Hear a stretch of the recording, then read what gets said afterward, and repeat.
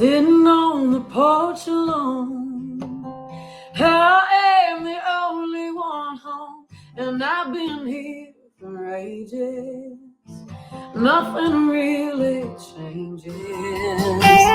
Me and you, we go way back, but you move forward without the facts, and I just can't let go of all the lies you told us.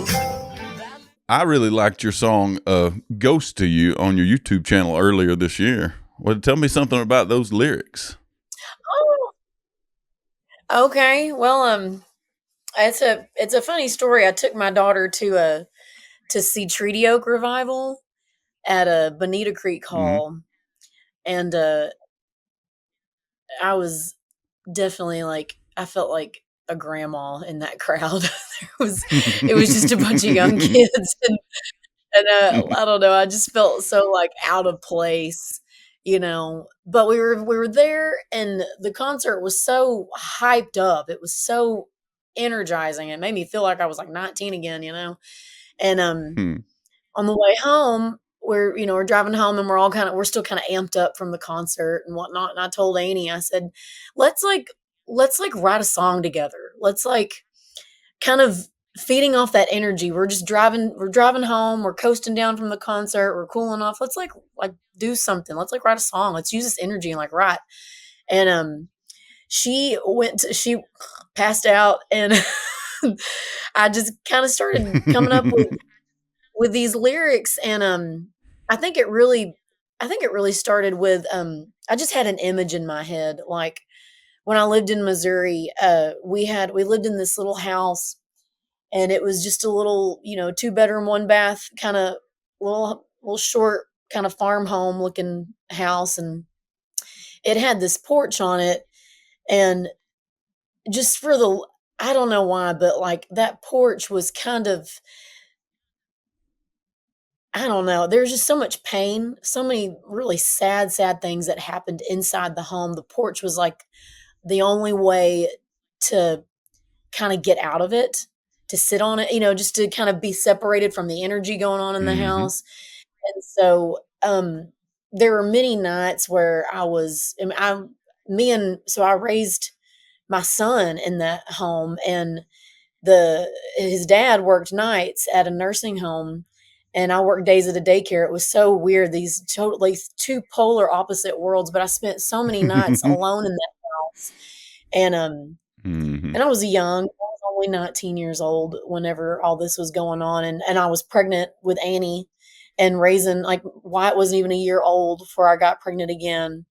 And so there was just so much pain in that home. And that porch was the only place to kind of get away from it, And so I remember taking Wyatt out on the porch and just needing to be out there, so I didn't have to just be in the home, because in the home I felt I just kind of felt invisible. My feelings didn't matter, my suffering didn't matter. I felt like a ghost. I felt invisible in that home. And Annie never lived in that home really, but Annie and me have a very I don't know. It's weird. She can sense what I'm thinking. She knows me really, really well, and I feel like she's definitely. I think she's going to be a songwriter. She just doesn't know it yet, but she's got such a beautiful way of feeling things and being able to express it in such a way that it's really moving. And so I really wanted her to almost go back to that moment with me and kind of try to come up with just different lyrics and lines. And but she took a nap, and it was probably best, because I shouldn't take her to that moment. That's it was still a very intimate place for me, and so that song really just kind of came from sitting on the porch alone. I'm the only one home, and I've been here for ages, and nothing changes. It's just, there was so much pain in that house, and it's so strange that the porch kind of felt like the only way to escape it. And I don't know, that it really started with the visual of that porch, and then Mm-hmm. it happened. The lyrics just kind of came That's out of nowhere. It was time to unpack it, well. It's no you know. wonder that song is. It's no wonder it's so powerful because it still sounds like it's like echoing in you a little bit. Yeah, yeah. I mean, it's one of those things where I think when you write it, it gets a little easier to think about it. The more that you sing it, it's like Mm-hmm. the more you are able to kind of put away some of the pain and go like, that was a part of my Mm-hmm. life, but I got this song out of it. And it's I think it's been really well received. Every time I play it, for the most part, people really connect to it. And, you know, um, I don't know, it's still one of those songs that's still kind of ringing in my ears too. Yeah.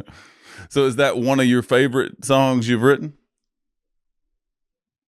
Um, yeah, I think so. I mean, I definitely like it a whole lot. And some days it's easier to sing it, some days it's not so easy to sing it. But as far as like vocally, I mean, and I feel like I Mm-hmm. do that to myself sometimes. I write vocal melodies that I can't always execute. But I do love it because I'm at peace with the story behind it, you know. Mm-hmm. I think it's one of Yeah, it's those a where great it's like, story. yeah, It it has a great heart, and it really expresses itself pretty well, yeah, and it suits yeah. your voice, I think, too. Well, thank you.